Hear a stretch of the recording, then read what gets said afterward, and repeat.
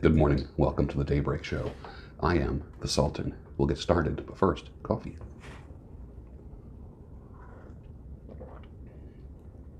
Perfect. Hey, how about that virus? It's something, isn't it? If you stop creating, then you love your past more than your future. That is from Dr. Joe Dispenza. I love his teaching. Most of it. You know, when you have a teacher or someone that you respect, or somebody's videos that you watch, various content creators, do I adhere to 100% of what I watch? Of course not. I don't feel the need to say, but I don't agree with everything they say. To me, I can say that I like Dr. Joe Dispenza, but I don't have to say, well, I don't believe in everything that he says.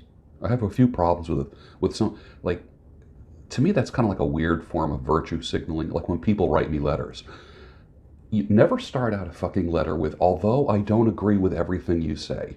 The minute I read that, I hit delete. I just want you to know that. Never start a letter or a note to anyone with, although I don't agree with everything you say. Who gives a crap? If you agree with something that I say, I'm happy about that. I don't have to know that you disagree with me. And it's a rude way of starting a letter. So think about that in the future. I don't expect you to agree with anything anyone says, let alone me, 100%. I stopped saying that a long time ago, and I'm passing that wisdom on to you. You are wounded, you are recovering from something. Who isn't? It just might be time to move on. I'm not being insensitive. It just might be time to move on. Car makers can clearly tell you what makes this year's model better than last year's model, right? The new and improved. These features, now with this feature, now with this. Career-wise, let's talk about you.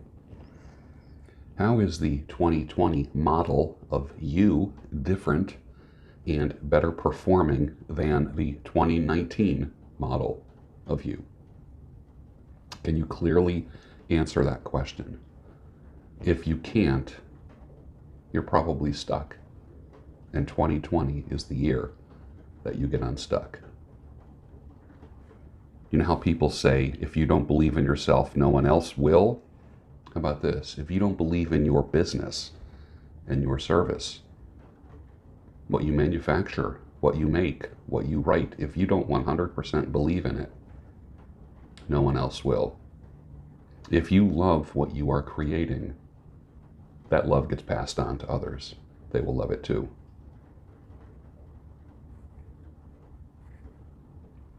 I was fortunate to have a grandfather that was born in 1888.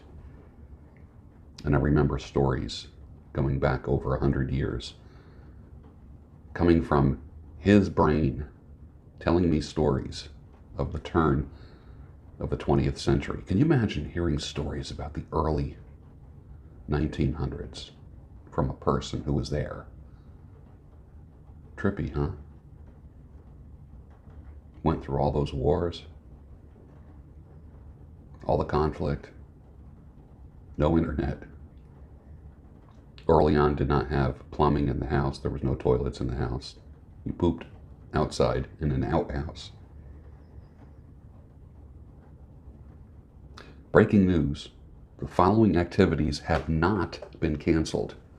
Reading, having sex with your wife, detailing the car, cooking, learning something on Udemy, Teachable, or Skillshare, push-ups, turning over the dirt in the garden, splitting wood, making biltong or jerky, cleaning your room.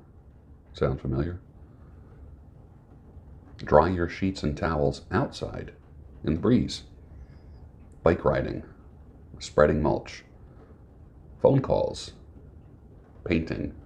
The list goes on of things that have not been canceled. I do have to say, this is the first time in my lifetime that the government has America's attention 100%. Interesting, right? Even more than any other thing in my lifetime, they have your attention. You want to know what's going on, and they know it, and they're feeding it to you, and you're reacting like a woman. Dude, suck it up. Be smart. Be wise. Be the rock. Lady, if you are a single mom, then you got to do that. It's just life, and you know it. I'll never forget my father telling me when he worked in Romania, people would tell him stories. And as my dad worked in various communist countries, one of the phrases that was very popular in hearing the common people talk is they always say this: next thing you know, there were tanks rolling down the streets. I'll never forget that. Next thing you know, there were tanks rolling down the streets. Do you think that will ever happen here? And how will you react to that? And you thought we were different.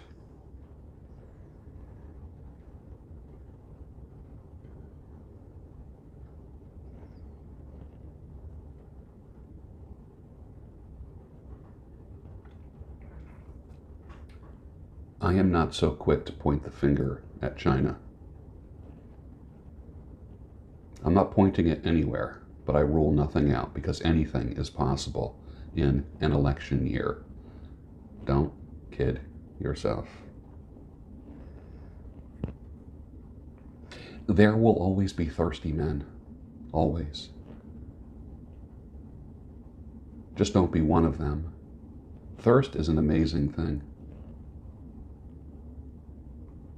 It's usually not a good thing.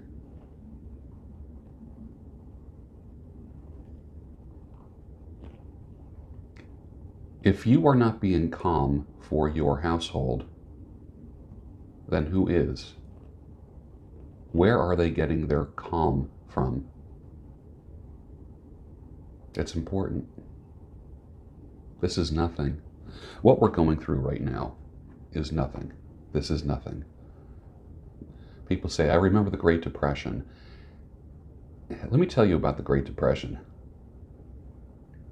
My grandfather boiled the same bone in the same pot of water every night to get just a little bit of broth out of that bone for 5 days. Imagine boiling a bone every night for 5 days just to see what you can get out of it.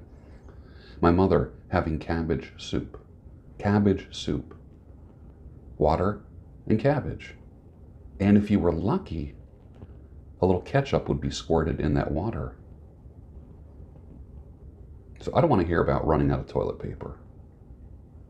You've got everything you need in 1,000 times more right now.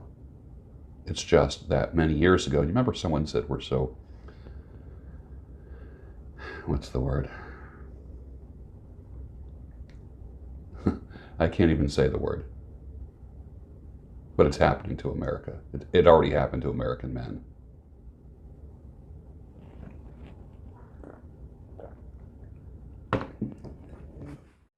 Nobody wants to hear your ailments. Are you an ailment person? Got a sore throat today. That back.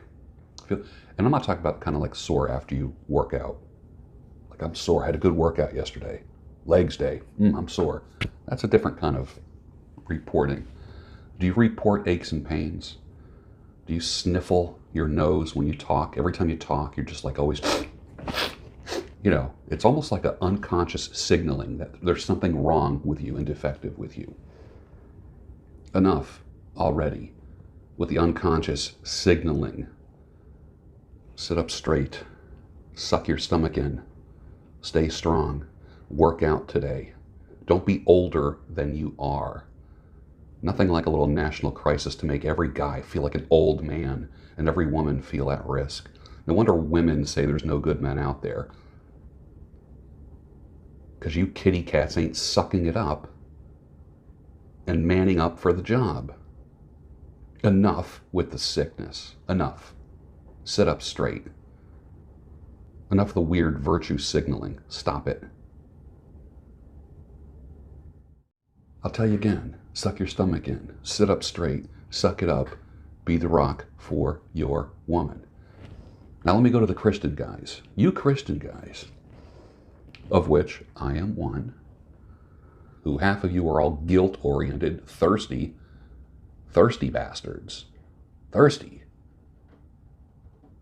And when I say thirsty, I mean you're not a leader. You're not providing something for thirsty people. You are a thirsty person. Enough already with your books. Enough already with your how to be a man stuff. Enough already with caving in to the wife. The wife. Your better half. Let me check with the boss. Dude, if you got to check with the boss or the better half, you better reattach your balls.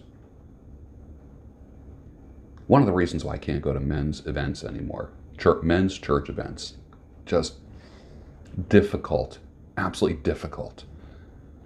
Every like men's event has to be like a Bible study, taught by an expert in the Bible. Enough. How about just like talking about men's issues, period, and helping men? Because the guys that really need to be there won't be there because you talk in Christian language. No one wants to hear it. The hell with your theology. Forget it. Yeah, but George, sound doctrine is important. I know it's important. I know it's important. I left your church because you didn't relate to me. That's why. Make sure I see you tomorrow morning at the home of sanity, clarity, and reason.